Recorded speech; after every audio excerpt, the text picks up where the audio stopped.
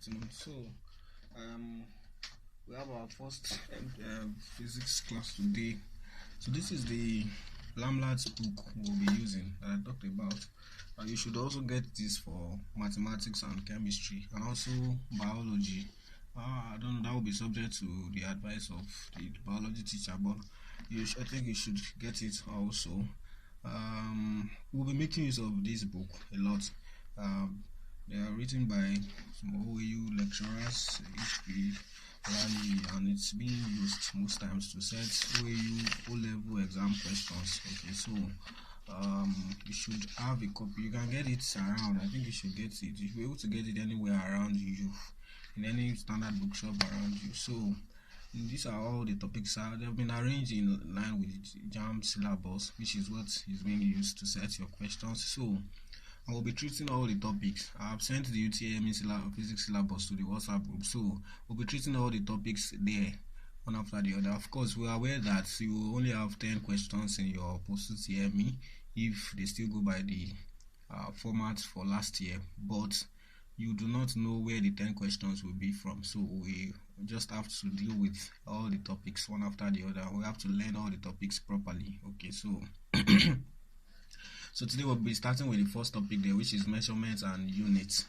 Okay, so when I'm done, we'll be making reference to this book. We'll pick some questions from here. We'll pick questions also from the past questions, as the post-UTME past questions, when the need arises to the end of this class. So we'll be solving problems in this book, a lot of them. You should be able to. The objective is actually that you are able to solve any of the problems here, even if you are, even if you just woke up from sleep right now and somebody opens you a particular page and gives you a question there, you should be able to answer it well, explain why the answer is so, how the answer is, so how you arrived at the answer, why other options are incorrect, and all of that. You should be able to tell exactly what it is. So that is when we or I can certify that you are ready for OAU's post-UTME. So that's the way it goes. So we're going to start with measurement and unit. So not minding that you should be familiar with some of these things before now, I'm going to be teaching some of them as though you are getting to hear them for the first time. So sorry to insult you if you already know them. Sorry to insult you by trying to teach you all these things. So just forgive me. Alright, so this foundation is just very vital, such that if we assume that you already know it may happen that you get to meet a topic or another concept in future where we will have to apply some of these things, and then by that time you may have issues with it, and then we'll realize that it's because you never understood this part in the first place. So it's just good that you know all these things properly in the proper sequence. Okay, so we're starting with so we say you post-UTME. So we call this course physics 001, PHY 001. So anytime you see PHY 001, it's O-level physics, ordinary level, or 0 level physics. When you are in 100 level, you will get to do physics 101 or 105, as the case may be. So that's quite the same. Is it the same as this, or they're going to add some standardizations, so to speak. So alright, now so we want to start with measurement and unit. So we'll quickly go through these and solve some questions, then I'll give you some more problems to try on the WhatsApp group. Measurements and units. So this is the foundation of science, basically. In science, as you know it before now, layman's definition, you say science is the study of living and non-living things. Okay. In physics, we are studying non-living things. Okay, so basically, for you to actually be able to study a body or a particular system, you should be able to tell exactly some parameters or some properties of that system. Okay, and the way you can tell, it would not be sufficient most times to use grammatical or descriptive terms. For instance, it is not exactly accurate to say that this let me say that you can say something like the the bus stop is close to my house. Okay, the bus stop is close to my house. That's English description. But so now that word close is not exact, in the sense that somebody who is coming might have a different idea of close. Like maybe you just come down from the bus, just alight from the bus, and you just see the house right in front of you. Okay, that may be someone else's idea of being close, and the one you have in mind might be that somebody will come, alight from the bus, and we have to cross to the next street, then just take a stroll, maybe a 2 minute stroll, or to your house. Okay, to you it's close because relatively there are some people who live further away from your house. So in that case, you have communicated, but you have not been absolute about what you have said.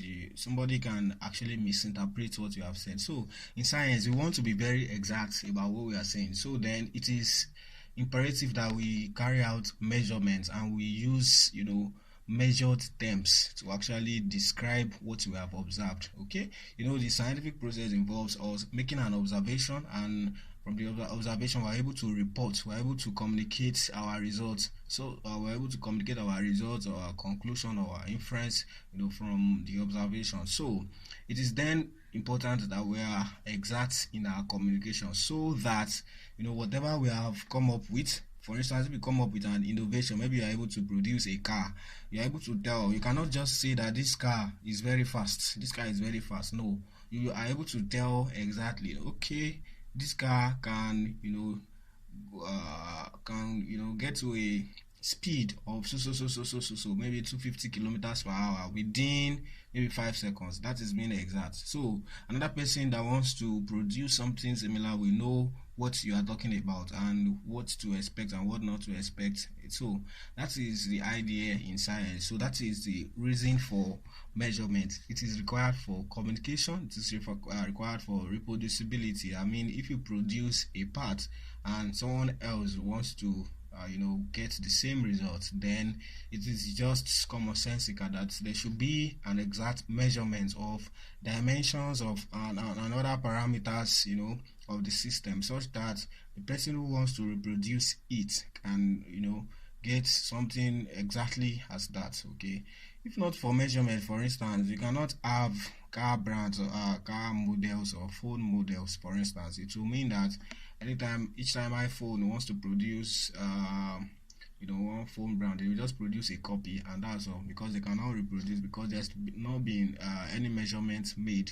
So it is because of measurement you are able to say, okay, this thing is 16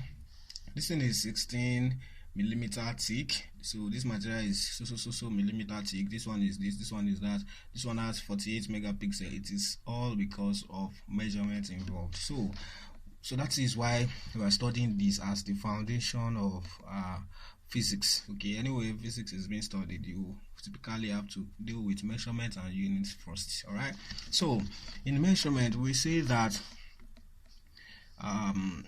we have what we call the fundamental quantities. The fundamental quantities are those that are not dependent on any other quantities. That is, they can be measured directly, okay, using simple instruments. You can measure them directly, and the principles are quite straightforward. The principles of measurement are quite straightforward. All right, so the fundamental quantities, actually there are about 9 of them, but commonly most textbooks make reference to only 5 or 7 of them. So but out of those, also there are just 3 that are most vital, or considered as the foundation. They are length, mass, and time. All right, so we say these are the fundamental quantities. For instance, we say these are the fundamental quantities in mechanics. Fundamental quantities in mechanics. All right, so further, you can have other quantities. You can have something like electric current.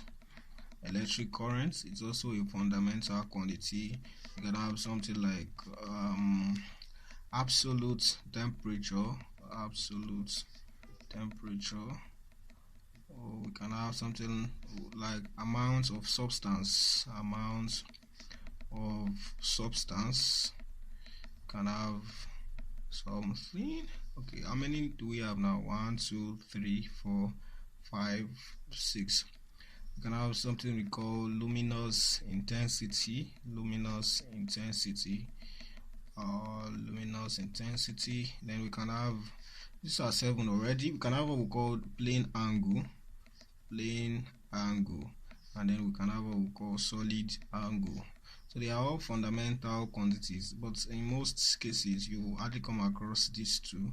So most textbooks just talk about this 7, and some even leave out this luminous intensity and amount of substance to make it just 5. But it's good if you know the 9 of them. Okay, so anyway they come in an OBJ question, you know when they appear, you know they are fundamental quantities. So if you see any of these, any 2 or any 3 of these in a group of other quantities not mentioned here, then you know that they are the fundamental quantities in the lists, you know.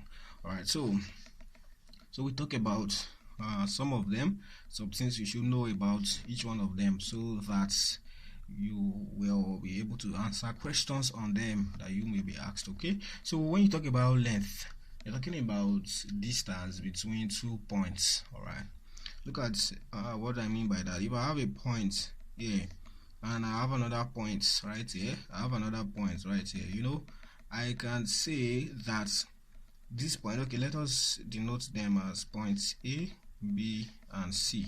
You know, I can say that the point B is closer to point A than point C is. Alright, that means I'm trying to say that the distance between this and this, okay, is actually lower, okay, or less than the distance between these points and these points. So that means now if I just make that statement, I'm not being specific. Smaller is a relative term, okay. It depends on what you are comparing, but I'm not being specific. So because of the fact that I'm not specific, that cannot be reproduced. Okay, someone else cannot say, okay, this distance between this and this, for instance, if I say it is 5 centimeter and then let's say this one is 8 centimeter, then someone else can reproduce something like this on another material. Okay, you just locate some point A and then locate another point B, ensuring that that point B is just 5 centimeter away from this. Alright, the direction and all of that, we will get to talk about direction in the next topic when we talk about scalars and vectors. Alright, but now we're just interested in the length of this stroke.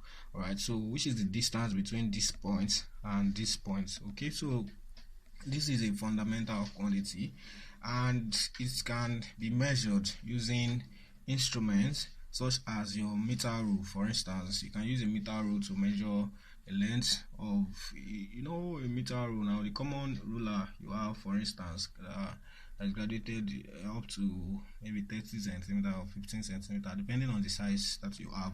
Alright, so those rules, for instance, the meter rule, if you have meter rule like your common ruler, it can measure length, like you can have something like 10.1 centimeter or something like 8.2 centimeter, blah blah blah. It can measure up to accurate up to 1 decimal place of centimeter, so you should know that. So for something like this, you can measure something like the length of a table or the length of a book or something like that. So your meter rule will be fine to do that. You can also have something like tape rule, the one that's being used by Taylor. You can have other sort of rules also for measurements of length. Okay, then commonly we have to measure lengths smaller than this, maybe in order of 2 decimal places of centimeter, and for that the micrometer screw, the vernier caliper is usually employed for that. You usually use the vernier caliper to measure that. And then that means if you are looking at something like the, let's say, the diameter of a rod, okay, for instance, if I want to measure the diameter of this pen, you know what I mean by diameter now. So I'm going to place the vernier caliper around it and read off the value. Okay, so this is quite smaller and it's not something that you can use. I can place a ruler across and measure it directly or easily. So we usually have to use vernier caliper for that. You can also use it to measure internal diameter. For instance, the diameter of this internal portion of the pen, for instance, you can also use depending on the size. Anyway, if you have a very small size vernier caliper, you can use it to measure this internal diameter. So it actually has it's accurate up to 2 decimal places of centimeter. For instance, you can come up with a measurement like 10 points, let's say 10.25 centimeter at the end of the day. If you have something as small as, let's say, 1.32 centimeter, you can get it accurately using a vernier caliper. So that is the essence of the vernier caliper. So there's something we call the accuracy, okay, or reading accuracy of a measuring instrument. It is the smallest value that the instrument can measure. Obviously, from what you have done here, you can actually use a meter rule. For instance, the smallest value a meter rule can give you is 0.1 centimeter, because you can get a measurement of, that's the smallest measurement you can get from a meter rule. From this one, obviously, you can get something as small as 0.01 centimeter. It can give you up to 2 decimal places of a centimeter in the case of vernier caliper. Now going further, if you want something smaller smaller than all of these, okay, the instrument to use is what we call the micrometer screw gauge. You can use a micrometer screw gauge. Micrometer screw gauge, this one usually can give you measurements up to 2 decimal places of millimeter. So you can have something like maybe 1.32 millimeter. You can have something like let's say 5.26 millimeter, and so on and so forth. So if you want to get up to accurate up to 2 decimal places of millimeter, the measuring instrument to use is a micrometer screw gauge. For instance, if you want to measure maybe thickness, let's say you want to measure thickness of a wire, okay, something as small as that, you can use a micrometer screw gauge to measure that. It will give you reading up to 2 decimal places of millimeter. That means the smallest value that this can measure will be something like 0.01 millimeter. So it can measure something of this value. That this will be its reading accuracy, as we call it. All right, so that is that about that. So you should be able to read, instruments, different instruments like this. For instance, the vernier caliper and the micrometer screw gauge usually have what we call their main scale and the vernier scale, and you may be given questions in this direction. You may be given the diagram of a section of their scale, such that they tell you, or they ask you to tell what measurement is on that particular scale. So you should be able to read off the measurements, okay, from the diagram you are provided. All right, so that is that. So let's take an example of that for you to see how to go about this. All right, so let us take a question from here so that you will have an idea what I'm talking about. All right, so this is an example. Look at this example. So this is an example. Here you have this as a section. I mean, this is just like a portion of the entire scale that you have on the vernier caliper. Okay, so you have this as part of the vernier caliper. You just have the grading, the graduations, just drawn out from all of this. So how do you tell the reading from this kind of instrument? So what you do is this: you should recognize firstly what to mean by the main scale and the vernier scale. So the main scale will give you this reading, to give you the main reading, and then you get the secondary reading from the vernier scale. So in this diagram, and in all diagrams you're going to be given, you will see the main scale is like you can recognize it as the big portion or the big part of the scale. This is what you have here. You can't see the diagram. It's more accurate. Let me see if I have a diagram that is clearer. Yeah, look at this. This is what I mean by the main scale. You have something like this. This big portion is the main scale. Then this is the vernier scale. This is just a section of the entire system. This is just picking up from 3 centimeter, for instance. This one is 4 centimeter. It means that you have 2 centimeter, 1 centimeter, and of course the starting point, which is 0. You are going to have all of them. Now that portion has been cut out from this. Okay, so it's not as though you have this on an instrument alone. No, it's just a segment or a section of it that has been produced here. Alright, so how do you tell the measurement from all of this? The first thing is you get the reading on the main scale. Now this is a vernier caliper. It will be expressly stated in the question, or it will be given you as a what is it now, as part of the labeling of the diagram. But then even if it's not given, you should know the difference between vernier caliper and micrometer screw gauge. So a micrometer screw gauge appears in this format. Okay, so you can see the difference. So this one, when you have it this way, it's simply a vernier caliper. Alright, so how to read off this scale?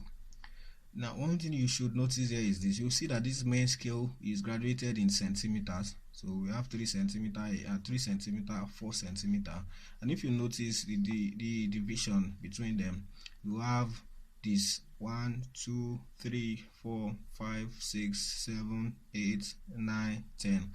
Okay, which means what we have here is 3. This is like you have 3.0 here, you have 3.1, 3.2, 3.3, 3.4, 3.5, 3.6, 3.7, 3.8, 3.9, and 4.0. So it goes like that. So it continues to 4.1, 4.2, 4.3, 4.4. So basically that tells you that what you have here will be 2.9. This will be 2.8. It will decrease further like that. Okay, just as this will increase further from here. Alright, so to get the reading on the main scale, now you should note where the zero mark is on the vernier scale. Alright, so in this case, this is the vernier scale. So this vernier scale has this graduation. Look at it. It has, if you start from here, 1, 2, 3, 4, 5, 6, 7, 8, 9, 10. Right, so this is the 0 mark on the vernier scale. This is where the vernier scale starts from. The graduation of the vernier scale, this is where it starts from. So for you to get the reading on the main scale, you get the reading before the 0 mark. That's the last reading you can see before the 0 mark on the vernier scale. Okay, so in this case, look at this. This is 2.8 as we have established. This is 2.9 and this is 3.0. Now this is where the 0 mark on the vernier scale is. The last reading you can see before this 0 mark on the vernier scale is obviously 2.8. That is the last reading right here. This is 2.8. We are counting to this side. Alright, so this is 2.8. So you are going to put that down. That is 2.8 that you can see right there before the reading of the vernier scale, before the 0 mark on the vernier scale. The last main scale reading, the last visible main scale reading before the 0 mark on the vernier scale is your reading of the main scale. Alright, so you're going to put that down as 2.8. Right, then we know that this should be capable of accuracy up to 2 decimal places of centimeter. So what we've had here is just 1 decimal place of centimeter. So we will go further to get the second decimal, and to do that you will find out on this scale where the intersection is. intersection between the graduation of the main scale and the graduation of the vernier scale. So you just trace it out where they have intersected. Alright, so in this case you would see there's no intersection between this and this, no intersection between this and this, no intersection between this. You can trace that out. So where they have intersected is this. So the intersection is here. So this intersection, at this intersection you read off what number it is on the vernier scale at the intersection. So in this case I'm going to start, I know this is 0, so this is 1, this is 2, 3, 4, 5, 6, 7, 8. So that is 8 I have here. So I'm just going to have the 8 added to this.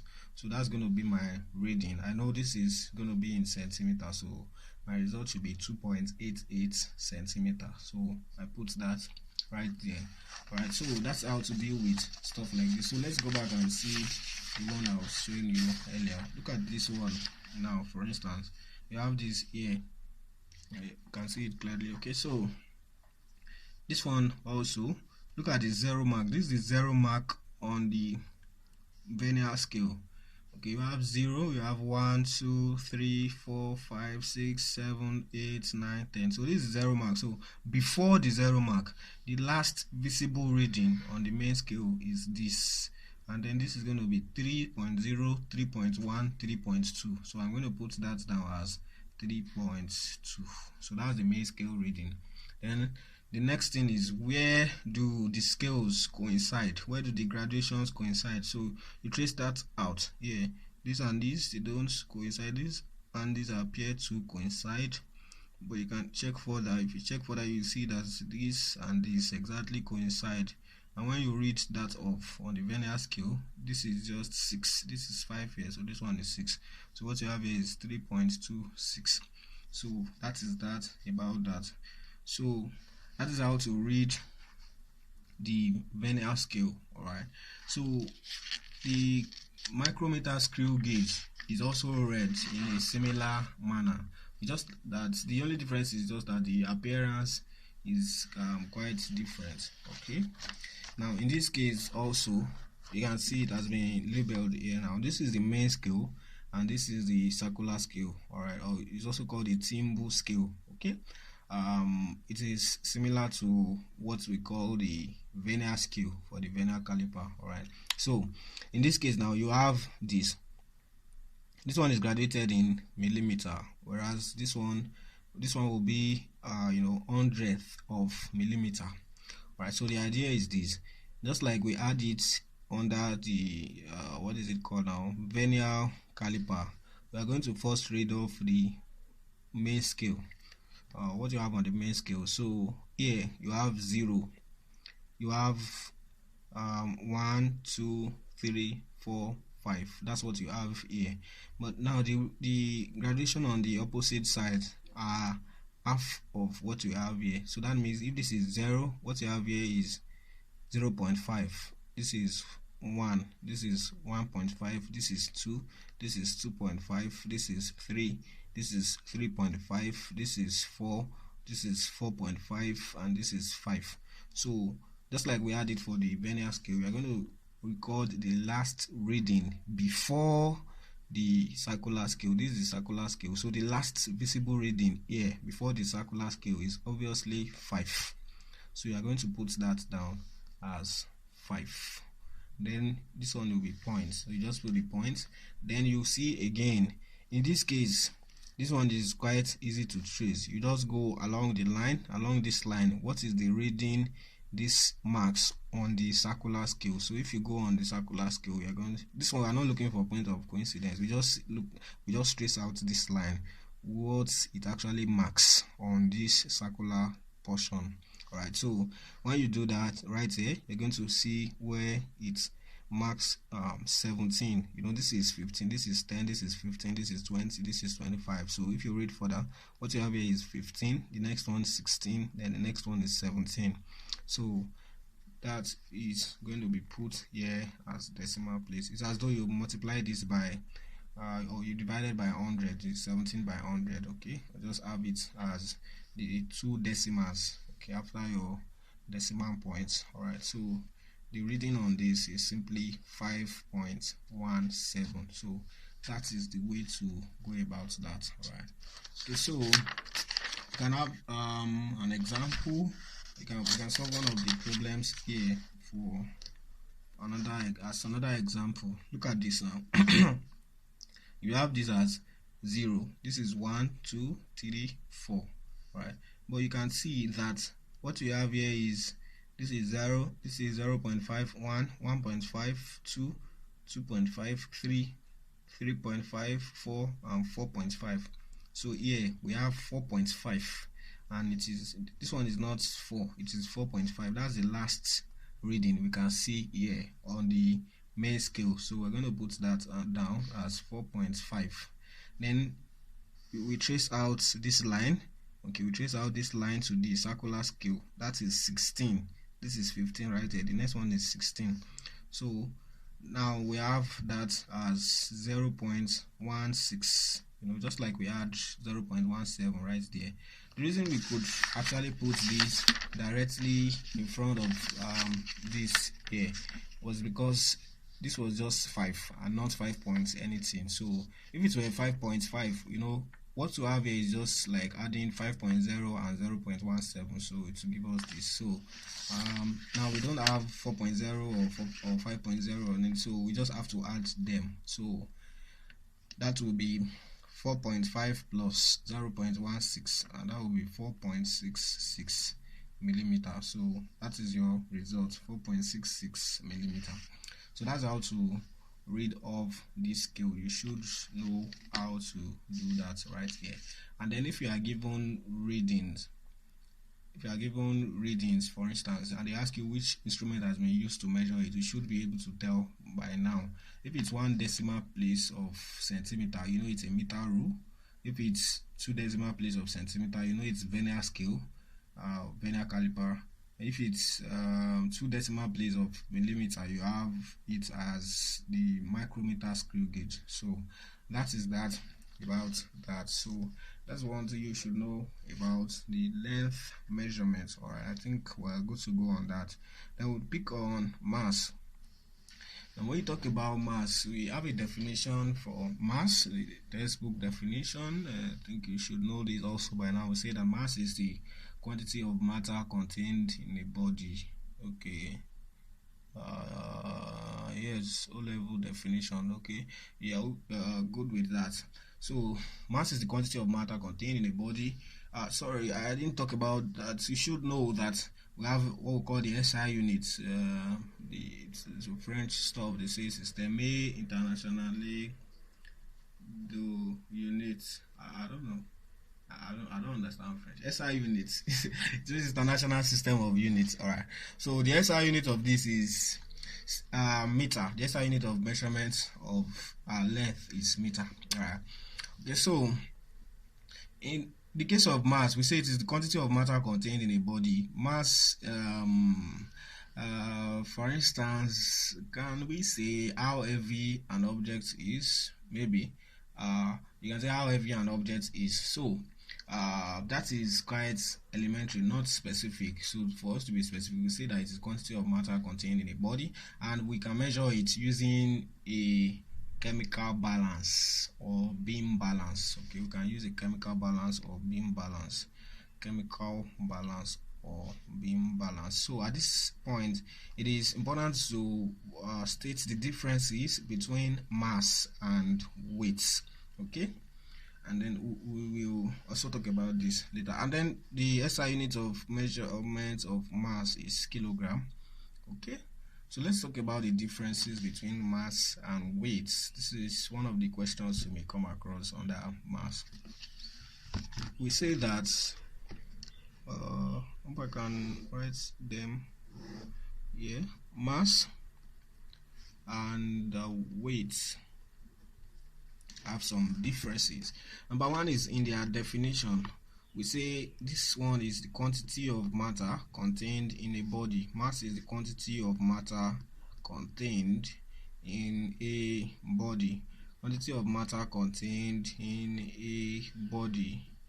And then we say the weight is the force of attraction between the body, or between a body, force of attraction between a body and the center of the earth, okay. Force of attraction between a body and the center of the earth. So that means where we see mass as, quantity of matter contained in a body, weight is a force, okay, the force of attraction between the body and the center of the earth. So the relationship between these two is given by Newton's second law of motion, as force is equal to mass times acceleration due to gravity, okay. And by Newton's law of universal gravitation, we get there. So by Newton's law of universal gravitation, we know that this acceleration due to gravity, depends on the position of that object relative to the earth, relative to the center of the earth, because it's the center of attraction. Newton's universal law of gravitation says there is a force of attraction between any two bodies in the universe. Universe means anywhere you can think of, whether on earth or in another planet or in space or whatever.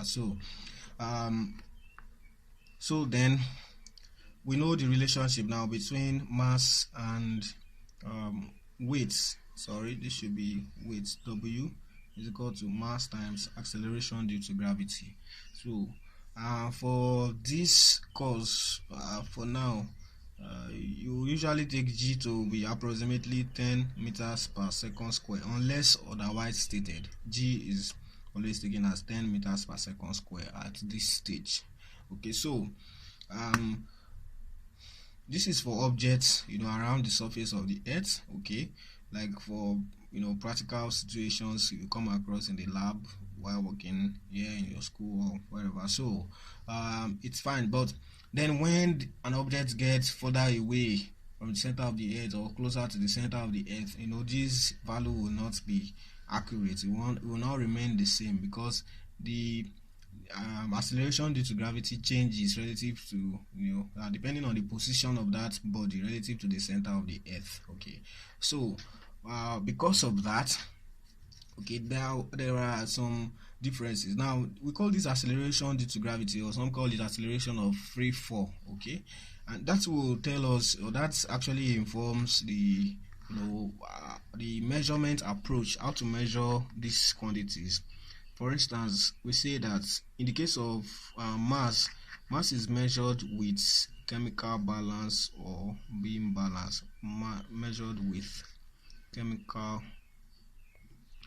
or beam balance,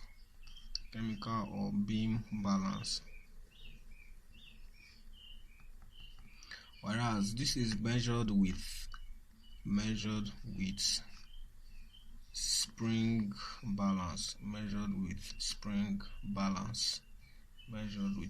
balance, Now the thing about this is that in the case of spring balance, because we know that there is an element of acceleration due to gravity, acceleration of free fall in the measurement of weight. Okay, you have a spring balance. Spring balance looks like this. Okay, you have something like this. You have a spring side of this, then outside there you have a hook to which you attach the object you want to measure its weight. So you attach the object right here. Maybe you have a bag of cocoa or bag of whatever that you want to measure its weight. You have it attached here. This is the object. So this is going to be at mounted to a support. Okay, you have a rigid support to which this will be mounted. Then you have a spring, right? Some spring inside, and you have a reading attached to this.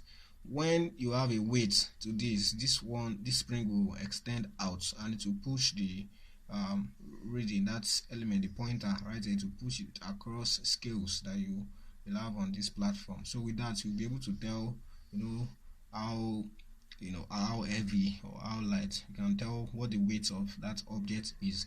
So the point is that the object will be hanging freely when you want to measure this weight, okay, because it's hanging freely is a way of, actually is recognizing the fact that the acceleration due to gravity or acceleration of free fall is an important element of weight.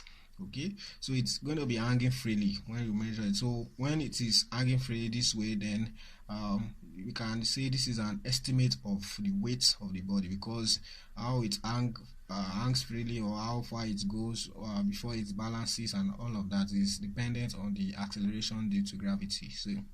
So that is that about that.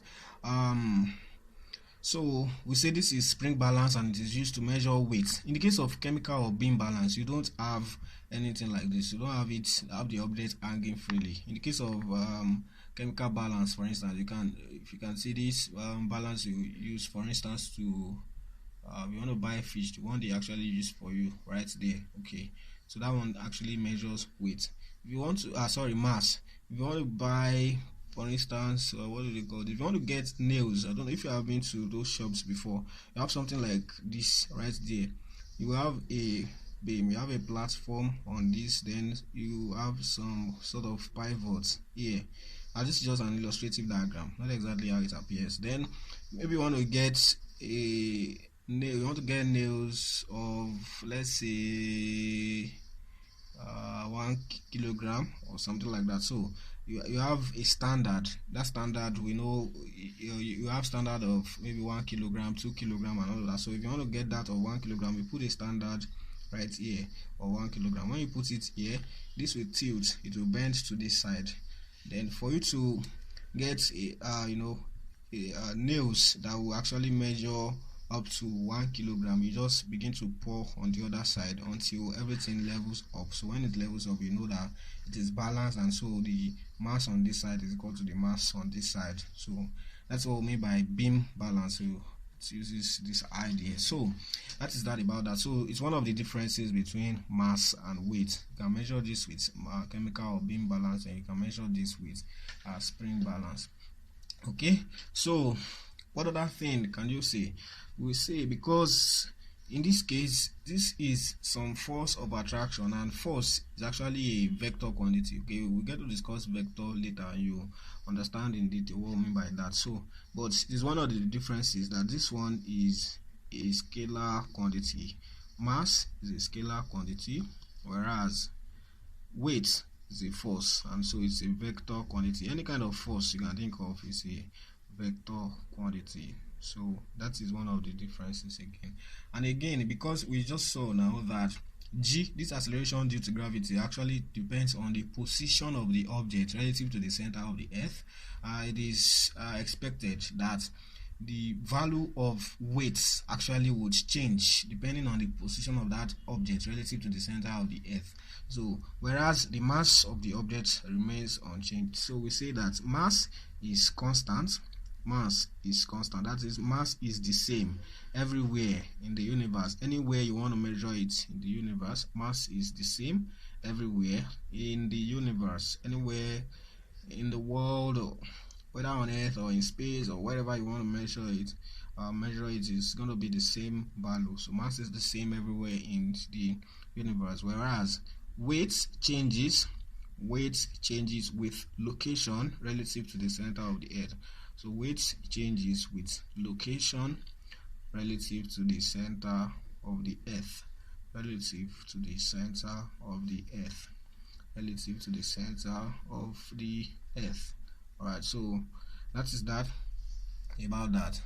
Alright, so these are the differences about weight, and you can also add the units. And that mass is measured in kilogram. So that's the SI units now. Mass is measured in kilogram, whereas weight, being a force, is measured in Newton. Alright, newtons. And okay, so these are the 5 major differences between mass and weight that you should know, okay, whenever you come across them. So I believe you can differentiate now. You can differentiate between mass and weight based on the definition. You can differentiate based on the instrument used in the measurement. You can differentiate based on whether one is a vector or the other is a scalar, and all of that. So then you can also differentiate based on the constancy or variation of their values, okay, relative to the center of the earth. And you can also tell the difference from their units. Okay, so that is that about that for mass. Okay, then we have time. So time, you can see time is the interval between two events. Time is interval between two events. Time is measured in seconds. You can use a clock to measure time. Time is measured with a clock. You can have also a stopwatch. And then we say that time is, the SI unit of time is seconds. Seconds S. Okay. And then you can have other multiples. You should know that from primary school. Say 60 seconds make a minute, 60 minutes make an hour, 24 hours make a day, 30 days make a month. No, don't worry. But you can say 365 1/4 days make a year, but you should not worry about that also for now. Okay, so it's good, you know, time, the interval between two events, you know how it is measured. It is measured with a clock or a stopwatch, and then we have the SI unit to be second. All right, then electric current. Electric currents, the definition for electric currents. Okay, we get to do electric currents. You can see what we mean by that. Okay, electric current is measured in ampere, and then we use an ammeter to measure currents. Electric current is measured in amperes, so that's the SI unit of electric current. It's measured in amperes. We use an ammeter. For the definition, you get to know it when we begin to talk about electricity. Then absolute temperature. So temperature, normally when you hear temperature, it's quite casual. It will mean that the degree of hotness or coldness of a body. Whenever you see absolute attached to it, it means the temperature has to be reported in Kelvin, which is the SI unit. So in this case, the SI unit is Kelvin, and the instrument used to measure this is the thermometer. All right. So absolute temperature means temperature reported in Kelvin. Okay. As you know, in contrast to temperatures reported in degrees Celsius or degree Fahrenheit. Okay. So amount of substance. In the case of amount of substance, we talk about a mole. This is commonly used most times in chemistry. You get to use this also in electricity, maybe when we talk about Faraday's law and all of that. Okay, but it's commonly used in chemistry. You should understand it the way it has been presented in chemistry. And then we say that this is measured in mole, okay, or short, MOL. Okay. Then luminous intensity. Luminous intensity has to do with light. When you begin to study about light, I don't think it's now. Maybe in your 200 level, if you're doing engineering, I can say for that, but I don't know about others. You get to learn about intensity of light, how to tell the intensity of light and all of that. It is actually measured in candela. This can be shortened as CA or CN. All right. And we have plane angle and solid angle. We have plane angle. Plane angle is measured in radians, and solid angle is measured in steradian. Okay. Don't bother about the details of these two for now, but it's good if you know them anyways. So I guess that is that about that. All right. So these are the fundamental quantities. And we also have what we call the derived quantities. Derived quantities, as the name implies, it means we derive them from a combination of one or two of these fundamental quantities. Alright, but I said we will commonly have to deal with length, mass, and time only. So because of that, we usually denote while doing dimensioning, we usually denote this as L. We denote this as M, big M, and we denote this as T. So when you come across them, you know that is what they actually mean.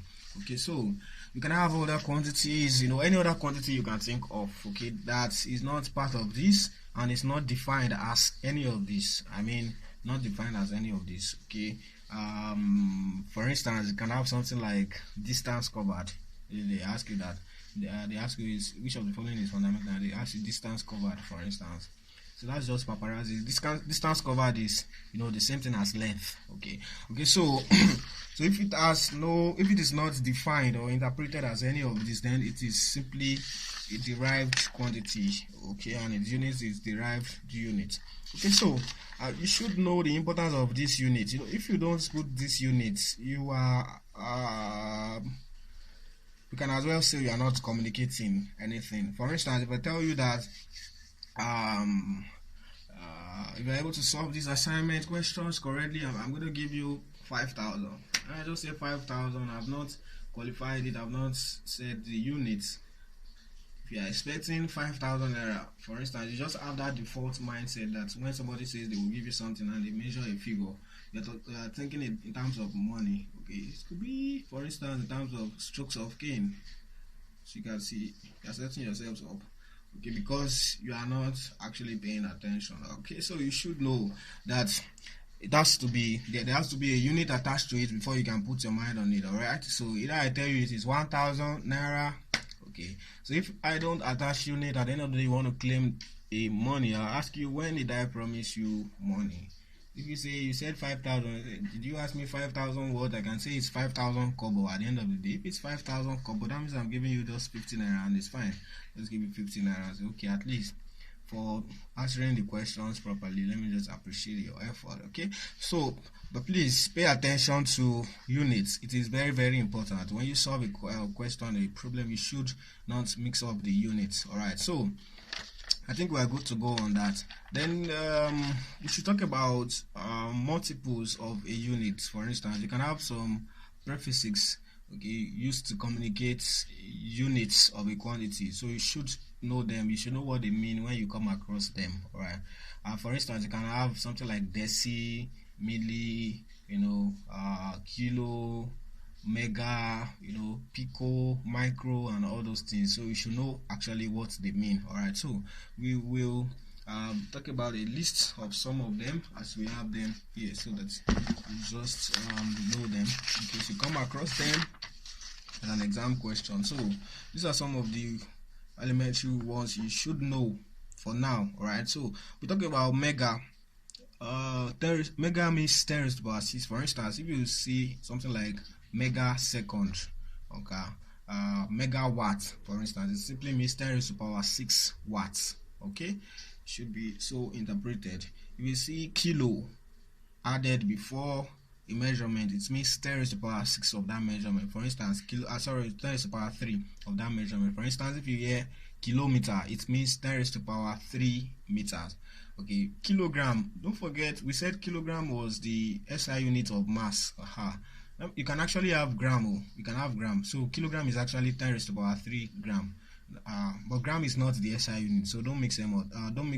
Unlike the others where you have meter is the SI unit, you have ampere is the SI unit, you have second is the SI unit. So in this case, it happens that it is the multiple of gram that is the SI unit. So please bear that in mind. So kilogram is 10 raised to the power 3 gram. Alright, you can have deca.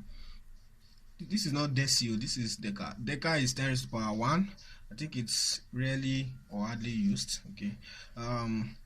Deci is 10 raised to the power minus 1. You can remember those days you usually sing 10 centimeter make 1 decimeter. 10 decimeter make 1 meter, and stuff like that. So if you can still remember those songs, they can bail you out at times, as funny as it is. I don't know about you, but for me, I still recite this thing, in my head. Whenever I want to find out how many days we have in a particular month, I still do 30 days at September, April, June, and November. Those things. I will still try to use those songs and remember some of those things. So it's fine. Anyhow, you've memorized, you just understand what they mean and how to apply them. So nobody cares about how you memorize it anyway. Nobody's going to scan your brain. Oh, it's CBT. Yes, but they're not going to scan your brain with a computer. Okay, they're going to give you tests they're going to give you questions to answer on a computer. Okay, the only difference is that you are working on a computer. Okay, all right.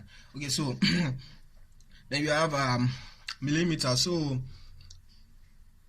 okay, I said they were not going to scan you. I mean, they were not going to scan your brain. Okay, you may scan other things, for instance, to check if you are with phones or other gadgets that can incriminate you. Okay, I understand I hope you understand what I'm trying to say. Okay, millimeter, so you can have a centi is 10 raised to the power minus 2, milli is 10 raised to the power minus 3, micro 10 raised to the power minus 6, nano 10 raised to the power minus 9, pico 10 raised to the power minus 12. So pico 10 raised to the power minus 12, yes, but it's hardly comes out in O-level exam, so you should understand at least up to nano.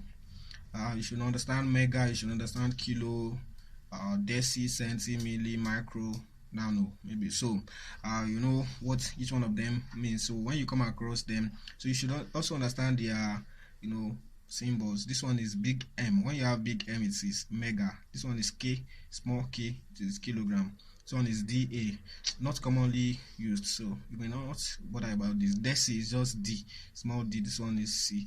So that is that about that for prefixes. All right, then we said we can have derived units. Derived units are we don't have a definite number for derived units. There are many. You can have thousands and thousands of them, so we cannot begin to list them. All right, so we just mention some of them that are common that you may come across in the exam. For instance, you can talk about area. For others, you get to see them as we proceed in this course. You can talk about area.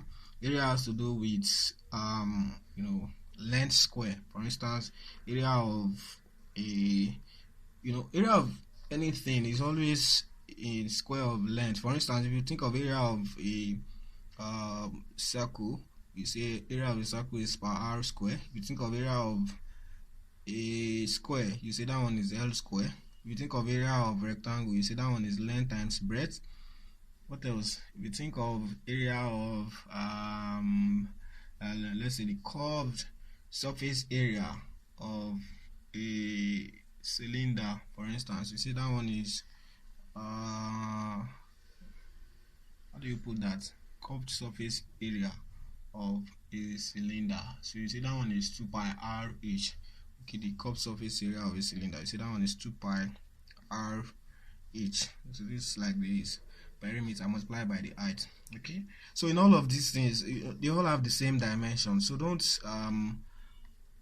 begin to worry about the area we're talking about when we just say area. Okay, any kind of area, so far we're dealing with surface area, okay, whatever the shape is, even if it's a three-dimensional shape, it is still going to be the square of something. Okay, so in this case, pi is some number. It is unitless. It has no dimension. It has no units. Okay, so what you have here is just r, and r is radius. Radius is some length. Okay, you have a circle like this.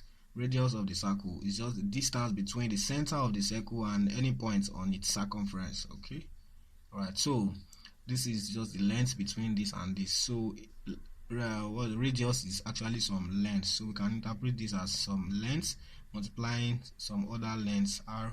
That's what I mean by r square. All right, so it's the same thing for all of them. We are just multiplying two length dimensions. Okay, this one is some length, this one is another length. You're multiplying them. 2 pi, this is unitless, so we are just multiplying r and h, which are also length dimensions. Okay, so at the end of the day, you can define area as just L square, and then we can tell its unit as just meter square. Okay, so one common mix-up usually see students make here is this. If you report this thing, for instance, if you report an area as, let us say, centimeter square, see, centimeter square is not, we know what centi is. Centi is 10 raised to the power minus 2. This is not 10 raised to the power minus 2 meter square. See, a lot of people make this mistake. No, when you have something like this, it simply means, see, centimeter square, when it's written like this, it means centimeter all squared. So what we have here is simply 10 raised to the power minus 2, the meter all raised to the power 2. So that's what this actually means. So I mean, for instance, if you have 1 centimeter square, it is not 10 raised to the power minus, it is simply this 10 raised to the power minus 4 meter square. Please don't forget. The same applies to when you have millimeter square, millimeter cube, centimeter cube, decimeter cube, and all of that. So you know how to convert from one to the other. Okay, please don't mix them up. All right, So that is that. So we can say that because what we have here is just some length, square. We say that the dimension of this area is just L square. So that's that about that. For instance, we want to talk about speed or velocity. In this case, they are not the same, but in this case they have the same dimension. So if you want to talk about speed, for instance, you can say speed is equal to distance over time, and we know that distance represents some length, and then this is time. We want to write it in the usual symbolic manner. So I can have this as LT to power minus 1. You know what this is from your rules of indices. Okay, we did that in the morning in mathematics. Okay, so this is going to be LT to power minus 1. Alright, so and this will be the dimension of our speed. Okay, of course the unit will be meters per second. So that is that about that. That's how to deal with cases like this. So you may be given a quantity, you may be given a derived quantity, and you're asked to get its what is it now, its dimension. You may be asked to tell its units in terms of the fundamental units. Alright, so anyhow you are given, you should be able to perform this operation and come up with a result. So I'm going to give you questions on this to solve, and other things I've explained so far. So that's and that's all for our discussion on measurements and units. Okay, so I'll give you questions to solve, then you also try other questions in this book, in your Lamlad's textbook, and in the past questions. If you have others that you think I have not talked about and you cannot solve them, so call my attention to it on the WhatsApp group so that we'll look at them together. Alright, so if you also have any portion of this you don't understand, ask me on the group so that we'll talk about it as well. Alright, thank you. That's all for today.